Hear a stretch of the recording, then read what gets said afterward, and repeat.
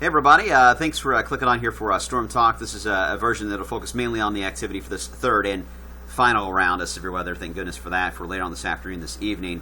As far as the risk goes, the enhanced risk, which is stage 3 out of 5 across central and east Kentucky, slight risk to the west, mainly of I-65. We'll keep an eye on the trends here for today. Yesterday we were in the moderate risk, or stage 4 out of 5. Today we've dropped slightly, but still, don't let your guard down. Still some potent storms moving through the Ohio Valley later today, especially east of Louisville. Tomorrow, look at that. We're out of the risk here in the Ohio Valley. Boy, that's a nice looking map. And even Thursday, temperatures, or the map shows the thunderstorms will not be a factor for us for a good 48-hour period coming our way. Nice to say that. But here's the downside. There's always a downside, right? We're going to heat things up. This is going to be a taster we're going to have to deal with for the upcoming weekend. We just rose to 92 degrees outside. Those are highs so far. Lower 90s will be very common this afternoon. The heat index about 98, 99 here in Louisville, around 100 to 101 as you head into Fort Knox. It says 112 in Tell City. That sensor may be a little skewed, but either way, very humid outside now the sun's come out. So be prepared for that high level of heat for the afternoon period here before the storms move through. Now, there is going to be a flash flooding threat with the storms as we head into this afternoon, just like we've seen the past couple events. This is the rainfall estimates on the radar over the past 48 hours. And you definitely see the main focus of the heaviest rain has been along and east of I-65. Not much has been happening west. But for those of us along and east of 65, it has been just a nightmare here. We're flooding, as we already probably heard at this point. We already have 2 confirmed dead, and one of those in our viewing area in Oldham County due to flooding that took place. And we still have several people missing in eastern Kentucky due to the heavy rain and flooding that took place there. Horrible news for flooding, and now Kentucky is under a state of emergency declared by Governor Beshear a little earlier today. So we got more heavy rain to come through. So anytime we get a thunderstorm cell this afternoon that covers any one of these areas, flash flood warnings are likely to happen, and that's what we have to watch out for in very isolated cases for this afternoon. How's the radar looking now? Well, we do have thunderstorms developing to our south and to the north. I will say that when it comes to the south, we do have a tornado warning right along the Kentucky-Tennessee border we are watching. For those of you around Lake Cumberland, we don't have anything confirmed, but just want to at least mention that for those who have friends or family in that area. Otherwise, quiet now. We do have the severe thunderstorm watch in effect for Carroll County and a good chunk of the Cincinnati area on up. Just one of our counties included, but if there's going to be an extension to that watch, it's likely going to be, I would say, either right along I-65 and then points to the east. So right in that area will be a good placement of the watch if they're going to issue one. And it's up to them, obviously, at the Storm Prediction Center to decide how that will play out. As you look to the north, you can see one of the bands we're going to be tracking this afternoon. So far, it's only developed about Indianapolis, but we are starting to see signs that may continue to develop a little more toward the Wabash as we head into this afternoon and then drop down to the south. The strongest activity is likely going to be found, though, this section of that line, and that is going to drop down into East Kentucky as we head toward mid to late afternoon. When you look at the visible satellites, we've had enough heating today to allow for the temperatures to get really high. Now, the difference today compared to the past couple of days is the atmosphere is warmer aloft in this area than it was the past 2 days.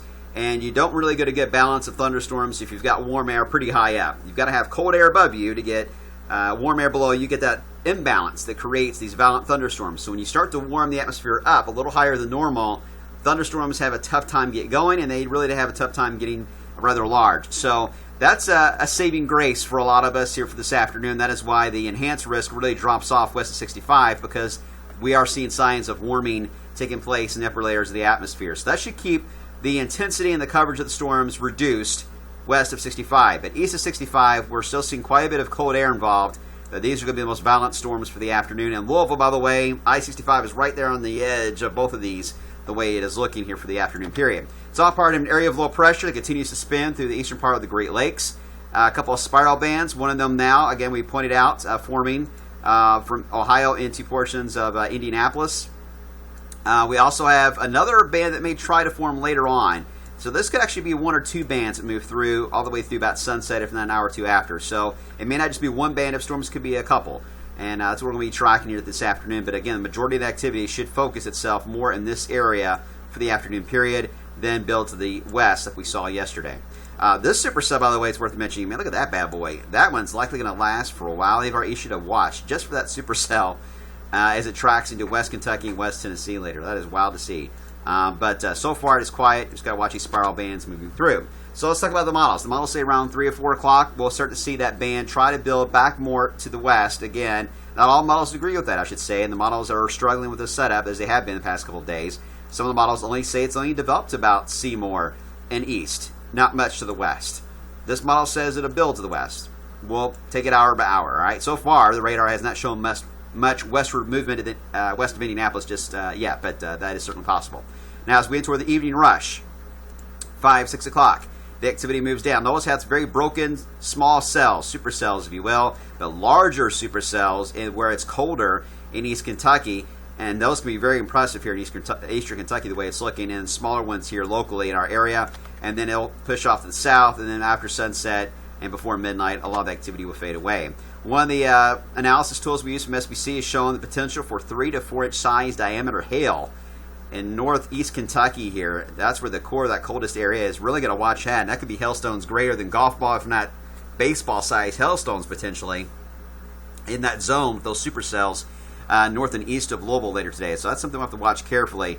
For those of you that are traveling up 71 or heading east on 64 today, you're heading right into a large hail zone for sure. And when it comes to the trail threat, it's also going to be found mainly in East Kentucky, where the tornado parameter is a little more elevated in that area, and they drop off much more to the west of I-65. So that's the latest thinking right now, how this is all going to play out for us for this afternoon into this evening. Stay tuned. And of course, we'll keep you updated hour by hour, as we always do, all the way through this evening and get to this final round of severe weather. And then we prepare for a quiet couple of days. And then for forecast of this weekend, it still looks hot for this weekend, and there will be a chance for a few storms. And that doesn't look completely dry, but it does look to be more hot than anything. And we'll have more on that, of course, in the newscast today beginning at 5 o'clock. We'll see you then.